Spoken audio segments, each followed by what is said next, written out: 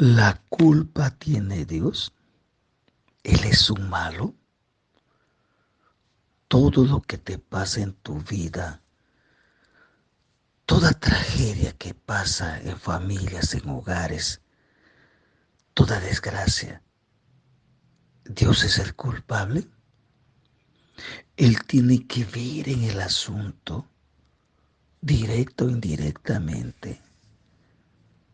Esta es la tercera parte que vamos a continuar. La culpa no es de Dios. O sea, la culpa no es de Dios. Él no es culpable.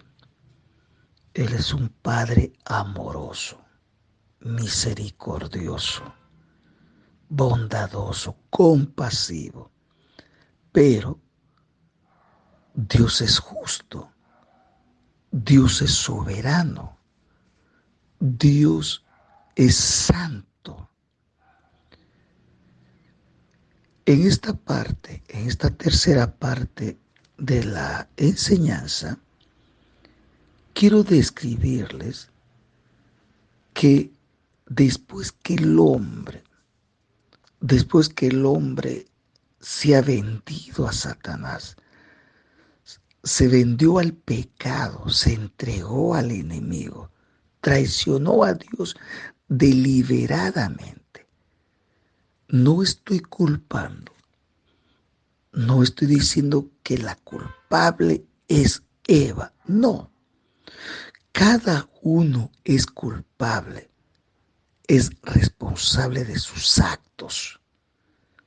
No, es de los dos, cada uno en sus actos, pero los dos se vendieron, decidieron deliberadamente entregarse, vender sus principios, sus valores al pecado y al enemigo.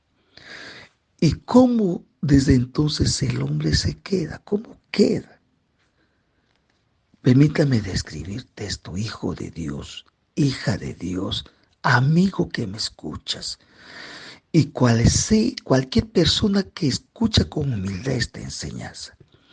Acompáñame al libro de Génesis, el capítulo 6, versículo, vamos a leer desde el versículo 5 más. Dice, y vio Jehová que la maldad de los hombres era mucha en la tierra. La maldad de los hombres era mucho en la tierra. Y que todo designio de los pensamientos del corazón de ellos, se refiere al ser humano, era de continuo solamente al mal. Los designios de los pensamientos del hombre, de ellos, era de continuo solamente al mal. ¿Cómo queda el hombre? Con una inclinación objetiva al pecado, al mal. Se sembró el mal en ellos, la maldad. Y eso a través de ellos, del hombre pecador que se entregó al pecado, dio las espaldas a Dios, entonces busca reproducirse, multiplicarse la maldad a través del hombre.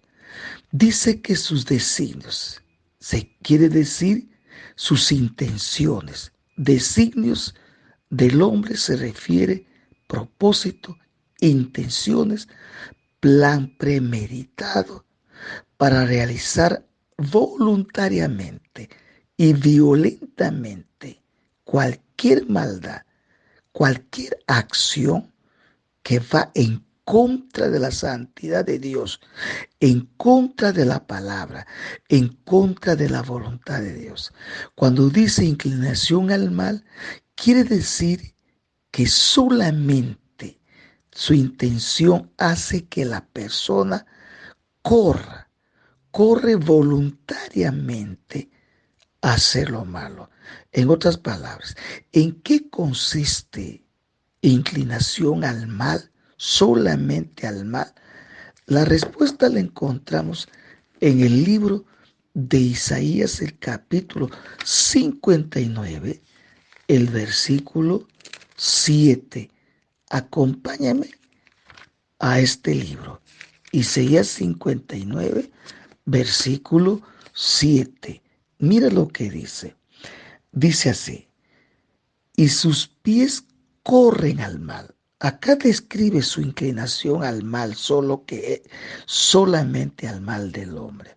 Se apresuran para derramar la sangre inocente. Sus pensamientos y pensamientos de iniquidad, destrucción, quebrantamiento hay en sus caminos. Corren al mal, inventan hacer el mal. Están maquinando, motivado, impulsado, manipulado por la iniquidad, a hacer el mal. Por más que sea presidente, político, pastor y no es regenerado, siempre va a inclinarse al mal. Por ejemplo, en la clínica de abortos, una mujer de sus aventuras sale embarazada y no quiere estar embarazada, ella maquina a abortar, porque su inclinación es malvada, es corrompida, es destructiva. Mientras no sea regenerado por el Espíritu Santo esa persona. Y los doctores que abortan hacen plata de eso. Todos los malvados que hacen injusticia, toda clase de maldad, es la descripción, la consecuencia de lo que han hecho en el huerto del Edén, y esa es la inclinación del hombre no regenerado. Corren a hacer el mal, matan al inocente, ambicionan, se venden al pecado ávidamente hasta hoy en día.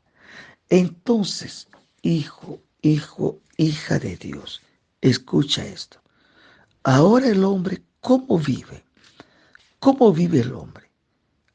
Acechado, bajo acecho del pecado.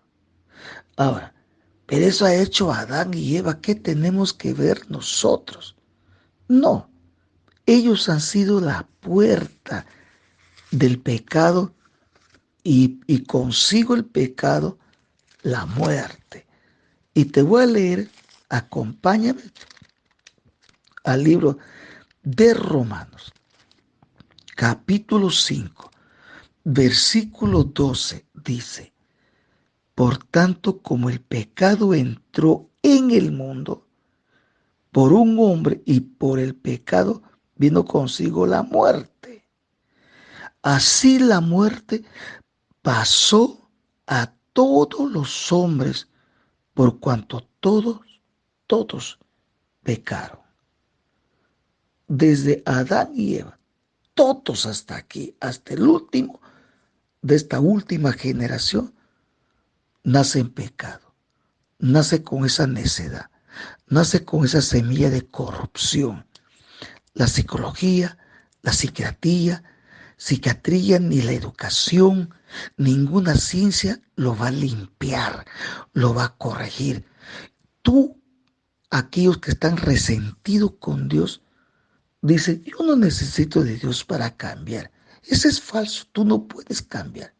Puedes cultivar una ética fina moral, pero eres un corrompido, eres un depravado. Yo conozco gente resentida de Dios. Hay dos tipos de personas que le siguen y le buscan a Jesucristo. Por ejemplo, su mamá está al borde de la muerte. Su hijito está al borde de la muerte. Su papito está al borde de la muerte. Y están en un momento tan trágico que la ciencia le desahució. Sin embargo, ¿ellos qué hacen? Acuden a Dios.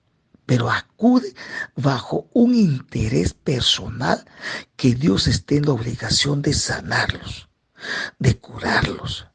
no dejarles morir. Y como ellos no entienden, no saben que Dios es soberano, es el autor de la vida, que Él prestó la vida al ser humano. Él es el dueño del aliento de la vida. Entonces ellos buscan manipular a Dios y de repente se muere su mamita, muere su papito, muere su hijito, muere su hijita, muere la abuelita, muere la novia, muere su mujer, muere su marido, una tragedia. Y después dice, Dios es malo, Dios no me ha escuchado, ¿por qué no le sano? Es que Dios no obra así, jamás se va a bajar a esa cosa. Nunca. Dios es Dios. Él es el dueño de la vida. Igualito pasa el otro punto. El otro punto que vienen a Cristo por otros intereses personales. Así, personales. Que logran un objetivo, una bendición de Dios. Y una vez que logran, ya dejan de ir. Ahora creció su negocio, ya tiene buen trabajo, ya gana su plata y ya tiene muchos quehaceres, ya es un empresario, ya le deja a Dios. Pero hay otros depravados en la iglesia, dentro de las congregaciones de la comunidad evangélica, los llamados de los de la prosperidad. Ellos empezaron su vida cristiana pobres, miserables, así. Y ellos se metieron a la teología de la prosperidad. Y de veras, y todo clase de enseñanzas para saquear plata a los incautos evangélicos. A tal punto que se han hecho ricos. Hay cantantes, hay imagínate cantantes que con grandes conciertos cobran miles y miles y miles de dólares.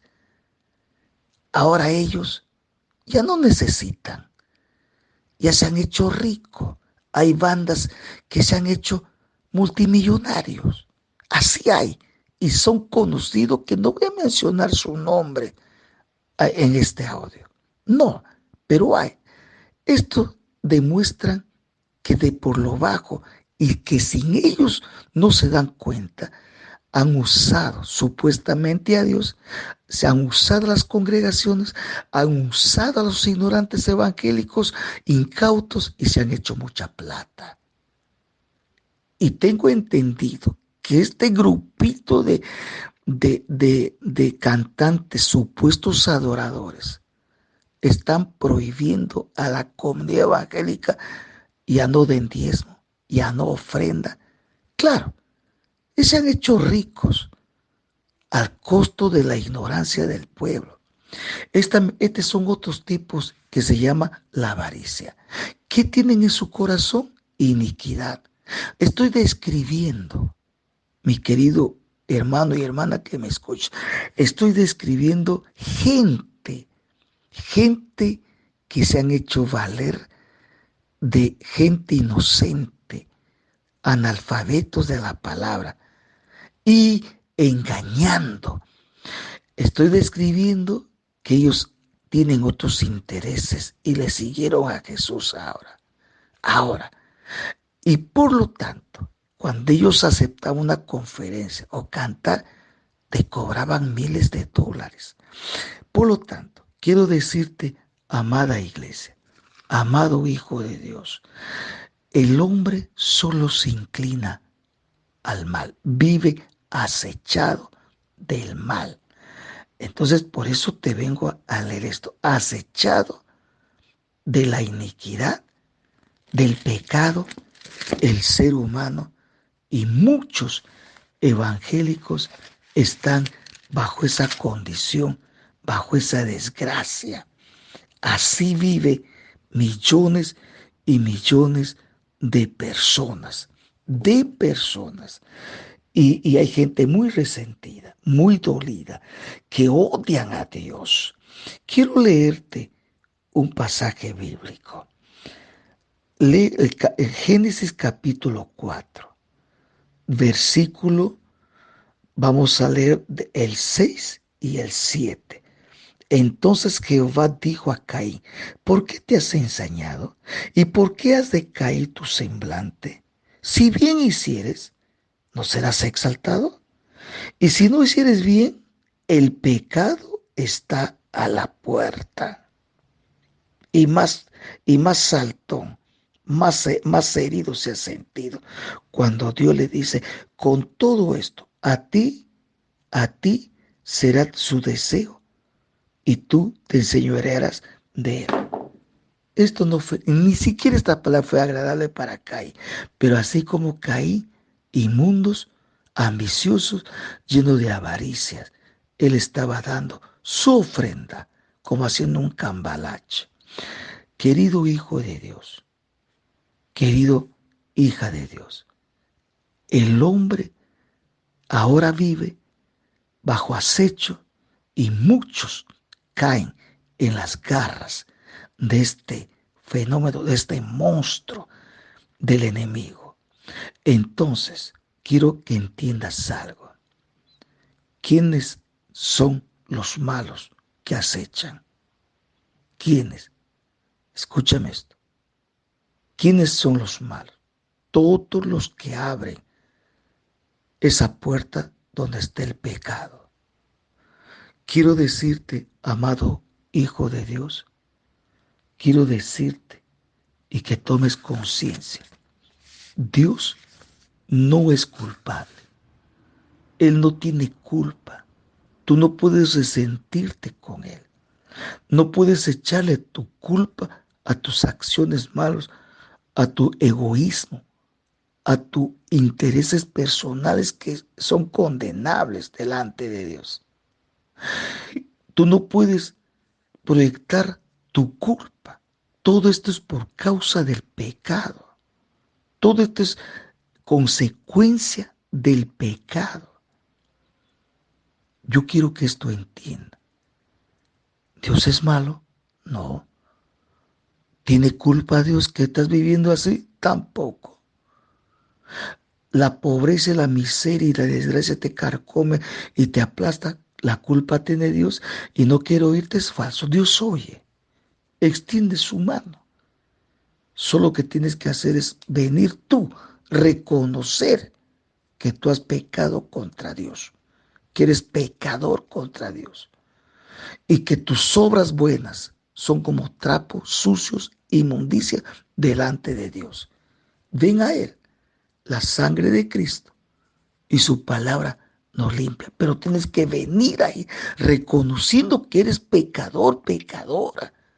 Quita de tu cabeza decir: yo no hago mal a nadie.